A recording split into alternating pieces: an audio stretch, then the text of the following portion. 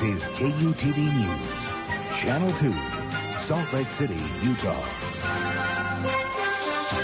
3 arson fires in less than 24 hours at a Salt Lake City nursing home. A suspect is in custody. Officers and families gather to honor deputies killed in the line of duty. And a new twist to an old story. Is it possible the CIA was involved in the death of President John F. Kennedy? We'll show you the pictures and let you decide. Good afternoon, everyone. I'm Sarah Harlow. And I'm Bob Evans. This is KUTV News at noon. John F. Kennedy assassination, UFOs, the New World Order, and the secret government. Those are just some of the areas today's guest says he has incredible information about.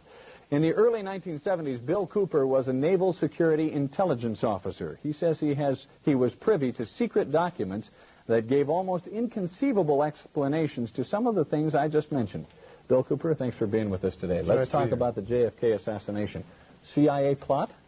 Well, from the top secret documents that I read while I was in Naval Intelligence, it concerned the Central Intelligence Agency, the Secret Service, Division 5 of the FBI, and the Office of Naval Intelligence, and that's why I was able to view these documents. Now, why would the CIA and the security community want to kill the president? From what I understand and from what I read, Bob, they viewed President Kennedy as a security threat, and I'm not sure exactly what that means.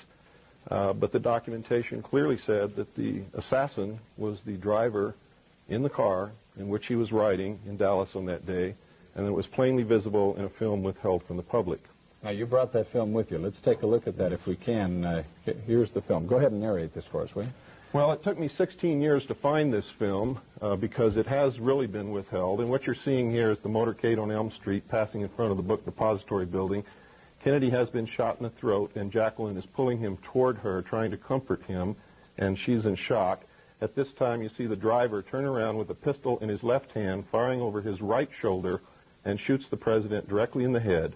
Here's a repeat of it, yeah. The weapon, watch the driver, his name is William Greer. He was, in fact, a Secret Service agent.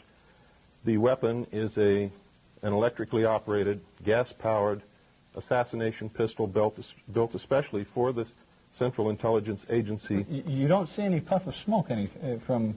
That's correct. Because what you think is a pistol there in the right-hand corner, lower right-hand corner. That's correct. Why is that? Well, it's an air-operated pistol. It's pneumatic.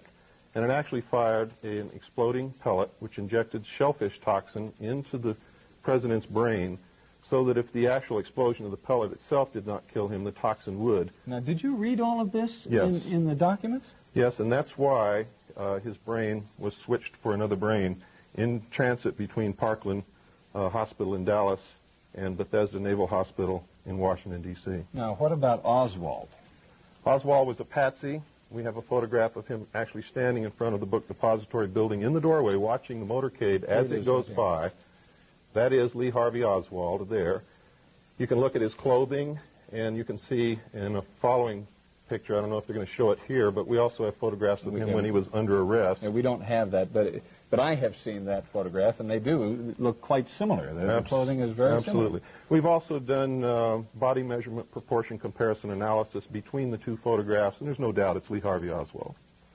This is incredible. But why isn't it that the CIA has silenced you? Why haven't they silenced you?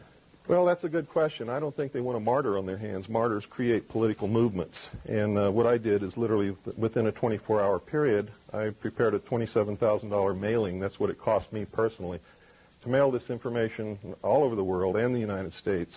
And so they're faced with a dilemma. Do they allow me to speak and allow people to doubt what I'm saying, or do they do something overt toward me to silence me and thus verify that everything that I've said is true? Now, what about Jackie Kennedy? She was in the car with the president right there, and we saw her later in that film trying to get out of the car. Yeah. Why hasn't she said something? Well, it's obvious. You have to understand that the Secret Service was a participant in the plot to assassinate the president. She saw William Greer shoot her husband. She tried to get out of the car because she had every reason to believe that she might be left. She saw Connolly hit. She saw her husband hit. She tried to exit. Her own personal bodyguard, Clint Hill, tried to put her back in the car and succeeded. But you have to understand that her children for the rest of their life are guarded by the Secret Service. She is also under protection of the Secret Service. A better thing might be, say, captive. you might say. You have a seminar coming up on Saturday at Taylorsville High School Auditorium. All the tickets are available at all Smith Tix locations. But you'll talk about this, and you'll talk about a bunch of other things. Many other things. Saturday, 11 a.m. All right. Bill Cooper, thanks for being with us. We appreciate it. Thank you, Bob. When we come back, we will continue our look at multiple personality disorder when the News at Noon continues.